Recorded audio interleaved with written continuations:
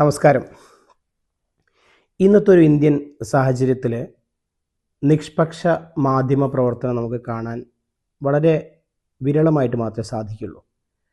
ഏതെങ്കിലുമൊക്കെ രാഷ്ട്രീയ പാർട്ടികളുടെ പക്ഷം ചേർന്ന് അവരുമായിട്ട് ബന്ധപ്പെടുത്തിക്കൊണ്ടിട്ടുള്ള ഒരു മാധ്യമ ഡെലിവറിയാണെന്ന് കാണാൻ പറ്റുന്നത്.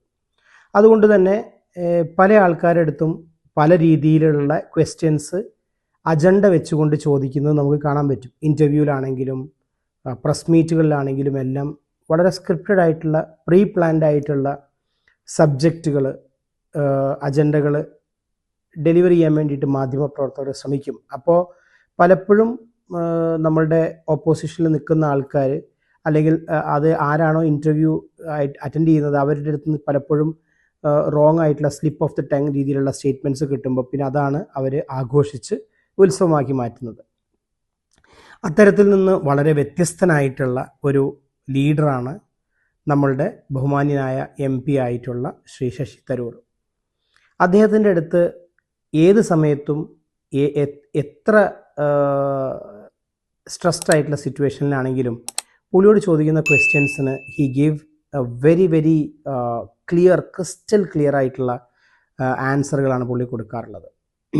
അങ്ങനെ ഒത്തിരി ശശി തരൂരിൻ്റെ ഇൻ്റർവ്യൂസും സെഷൻസും സ്പീച്ചസും ഒക്കെ ഞാൻ കേൾക്കാറുണ്ടെങ്കിലും അതിനകത്ത് നമ്മളുടെ പ്രധാനമന്ത്രി നരേന്ദ്രമോദി എന്തുകൊണ്ടാണ് എല്ലാ രാജ്യങ്ങളിലും പോയിട്ട് ഹിന്ദിയിൽ സംസാരിക്കുന്നത് എന്ന ചോദ്യത്തിന് അദ്ദേഹം കൊടുക്കുന്ന ഒരു ഒരു മറുപടിയുണ്ട്.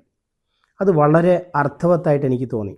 ഞാനിതൊരു പാർട്ടി സ്പെസിഫിക് ആയിട്ട് പറയുന്നതല്ല.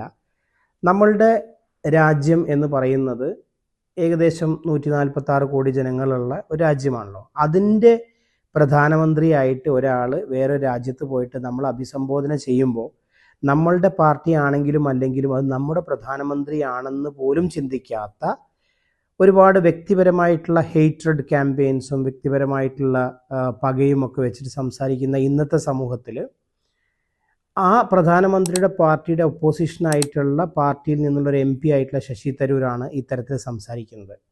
ഇതൊന്നും നമ്മളുടെ മാധ്യമങ്ങൾ വേണ്ടത്ര രീതിയിൽ ചർച്ച ചെയ്യില്ല. കാരണം നമ്മൾ സംസാരിക്കുന്ന ലാംഗ്വേജിനല്ല പ്രസക്തി, നമ്മൾ സംസാരിക്കുന്ന കണ്ടൻറ്റിനാണ്. ഇപ്പോൾ കണ്ടൻറ്റിന് പ്രസക്തി ഇല്ലായിരുന്നുവെങ്കിൽ പല ഓപ്പോസിഷൻ ലീഡേഴ്സും എവിടെയോ എത്തേണ്ടതായിരുന്നു. അവർക്കൊന്നും കണ്ടൻറ്റ് ഇല്ലാത്തതാണ് അവരുടെ പ്രശ്നം. കണ്ടൻറ്റുള്ള ശശി തരൂരിനെ പോലുള്ള ആൾക്കാരെ ഒരു മൂലയ്ക്ക് ഇരുത്തിയിട്ട് കണ്ടം വഴി ഓടിക്കാനും ഈ കണ്ടന്റ് ഇല്ലാത്ത ആൾക്കാർ ശ്രമിക്കുന്നു എന്നുള്ളതാണ് ആ പാർട്ടിയുടെയും ഒരു എന്താ പറയുക വിരോധാഭാസം എന്ന് പറയുന്നത്. എന്താണെങ്കിലും ശശി തരൂർ പറയുന്ന ഈ ഒരു ഭാഗം കൂടി നിങ്ങളൊന്ന് കേട്ടു നോക്കൂ. That the Prime Minister has made it very clear that he's much more comfortable speaking in Hindi than he's speaking in English, and very often even when he meets world leaders he will speak through an interpreter. But there's nothing wrong with that. Other country leaders do that. The Chinese do that all the time. The Japanese do that very often. Why shouldn't an Indian? Well, so far, because every Indian Prime Minister up to then had preferred to speak in English, but Narendra Modi prefers to speak in Hindi. Nothing wrong in that. And I would say that there are chief ministers in our country today who are much more comfortable in their own mother tongues than they are in either English or Hindi. What's wrong with that? I mean, the truth is we have to understand the value of a language is in its authenticity, in how real it is to what you're saying. But yes, you have to communicate to somebody who doesn't know your language. You have to go through an interpreter.